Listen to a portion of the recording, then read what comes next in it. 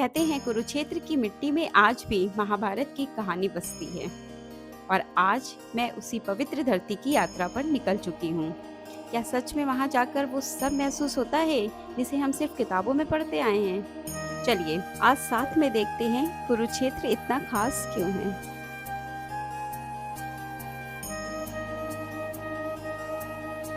लंबे सफर के बाद जब हम कुरुक्षेत्र के बिरला मंदिर पहुंचे तो सच कहूँ सारी थकान जैसे वहीं खत्म हो गई।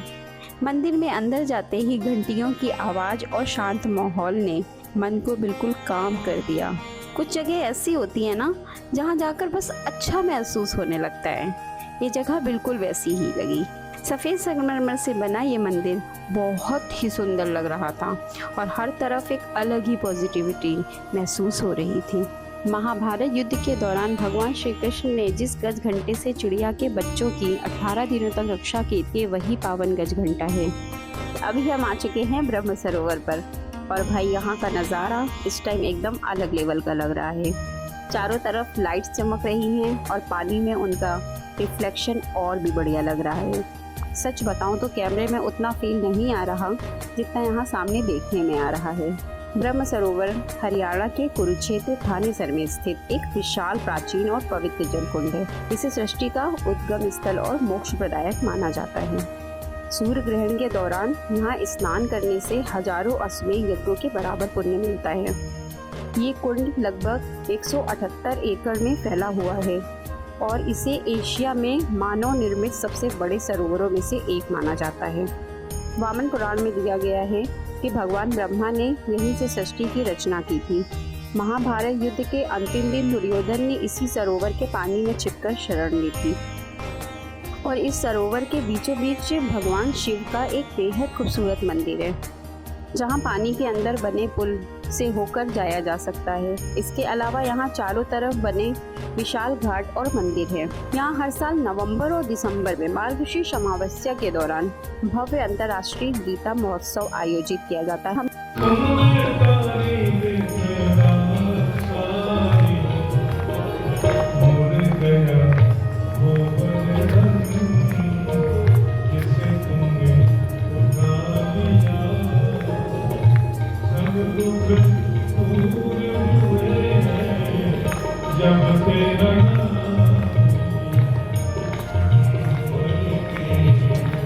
कथा सुनने के बाद हम लोगों ने भोजन पाया और फिर हम लोग पूनम दीदी की भजन संध्या में आए।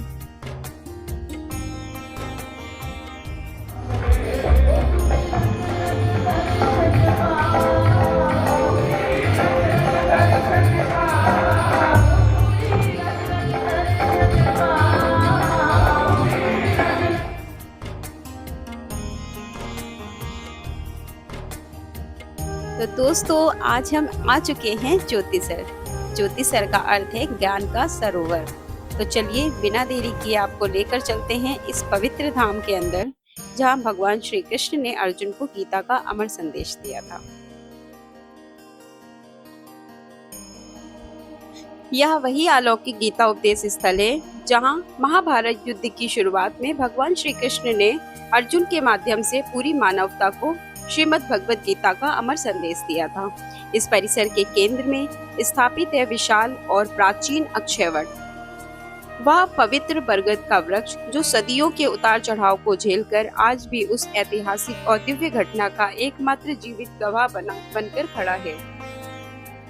इसी वृक्ष की छांव तले बने सुंदर चबूतरे पर भगवान श्री कृष्ण के पावन चरण चिन्ह विराजमान है, जिनके दर्शन मात्र से ही मन में एक असीम सकारात्मक ऊर्जा और शांति का संचार होने लगता है। वहीं पास में स्थापित भगवान कृष्ण और अर्जुन का भव्य नंदी घोष रथ इस पूरे दृश्य को सजीव बना देता है। हाथ में रथ की लगाम थामे योगेश्वर की यह प्रतिमा हमें सिखाती है कि अगर हम अपने जीवन की डोर ईश्वर को सौंप दें तो हर युद्ध में हमारी विजय निश्चित है। मंदिर परिसर में और भी देवी देवता विराजमान हैं। चलिए उनके दर्शन करते हैं।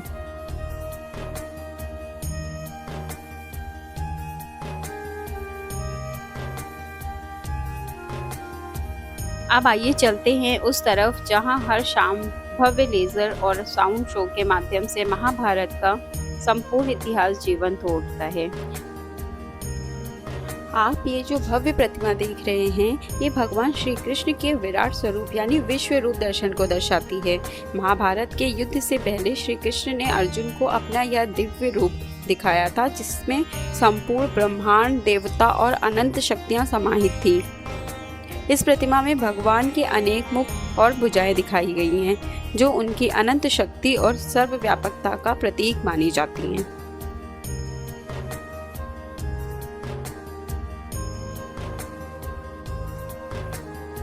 आज गीता जयंती का शुभ अवसर है और यहाँ पर हरिनाम संकीर्तन चल रहा है, जिसका आनंद हम सभी लोग ले रहे हैं।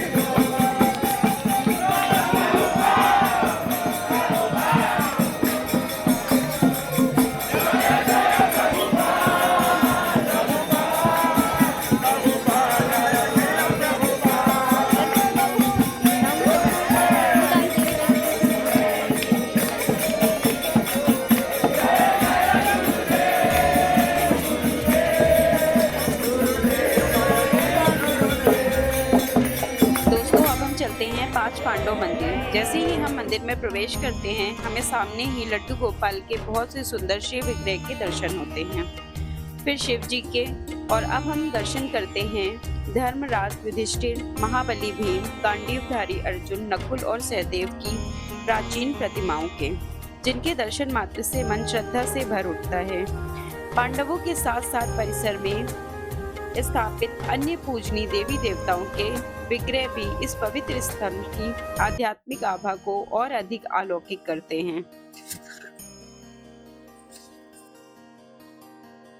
एक कथा प्रचलित है। इसके अनुसार जब भीष्म बाणों की सैया पर लेटे थे तो उन्हें प्यास लगी और उन्होंने पानी मांगा। उनकी इच्छा पूरी करने के लिए अर्जुन ने तुरंत जमीन पर एक बाण चलाया और पानी की एक धारा बह निकली। माना जाता है कि इसी तरह भीष्म कुंड अस्तित्व में आया। तो दोस्तों, अब हम पहुंच चुके हैं कुरुक्षेत्र के प्रसिद्ध भद्रकाली मंदिर में। यह मंदिर 51 शक्तिपीठों में से एक माना जाता है। मान्यता है कि यहाँ माता सती का दाहिना घुटना गिरा था। और ये जो मंदिर आप देख रहे हैं, ये शनिदेव का मंदिर है। अब हम चलते हैं मंदिर के अंदर। महाभारत युद्ध से पहले पांडव भी यहाँ माता का आशीर्वाद लेने आए थे। मंदिर में माता का स्वरूप बेहद शक्तिशाली और भव्य दिखाई देता है। आप भी दर्शन करिए।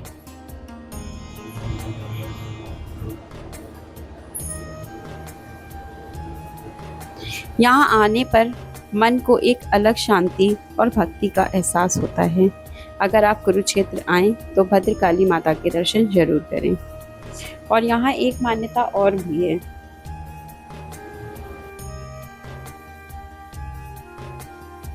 यहाँ पर भक्त माता को मिट्टी, चांदी या सोने के घोड़े चढ़ाते हैं। माना जाता है कि माँ भक्तों की मनोकामनाएं पूरी करती हैं।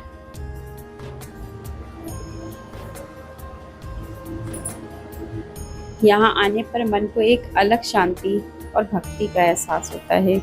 अगर आप कुरुक्षेत्र आएं तो भद्रकाली मंदिर के दर्शन जरूर करें।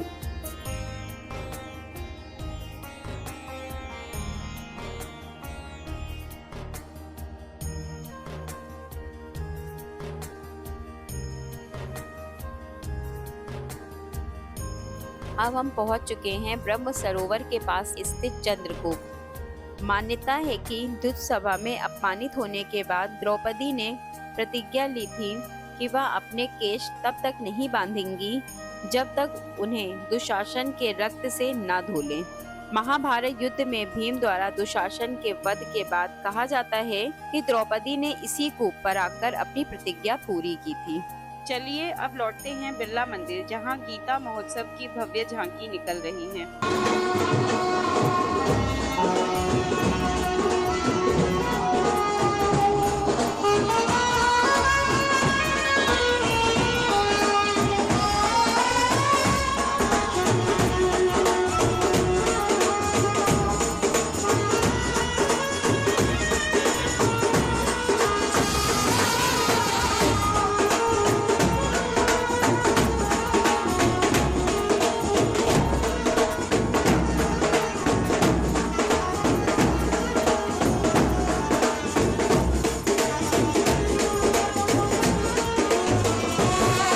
अब रुक करते हैं कुरुक्षेत्र के एक और दिलचस्प पहलू का, विज्ञान।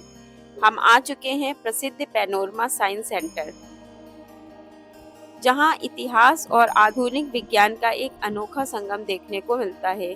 एक तरफ जहां प्राचीन काल के बर्तन और औजार हमें मानव सभ्यता के क्रमिक विकास की याद दिलाते हैं, वहीं दूसरी तरफ यहां मौजूद इंटरैक्टिव एक्टिविटीज और प्रदर्शनियां विज्ञान के जटिल नियमों को बेहद सरल और मनोरंजक बना देती हैं। तो चलिए अब हम चलते हैं सेकंड फ्लोर पर और वहां देखते हैं महाभारत युद्ध की कुछ झलकियां।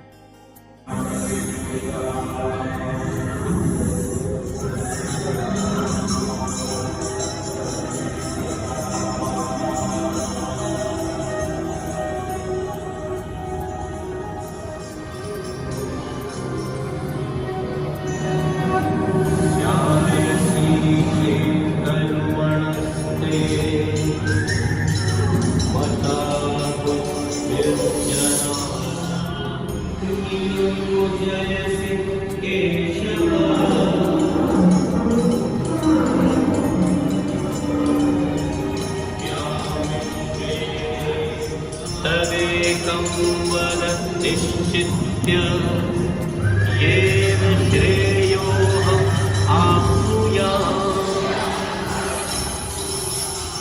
श्री भगवान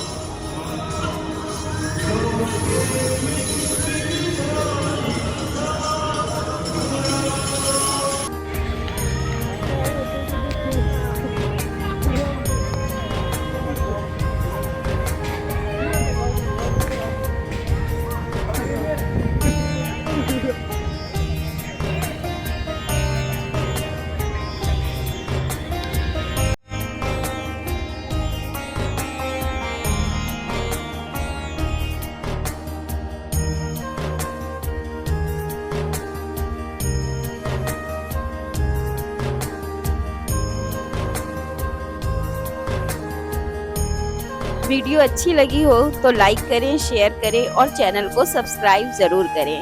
थैंक यू।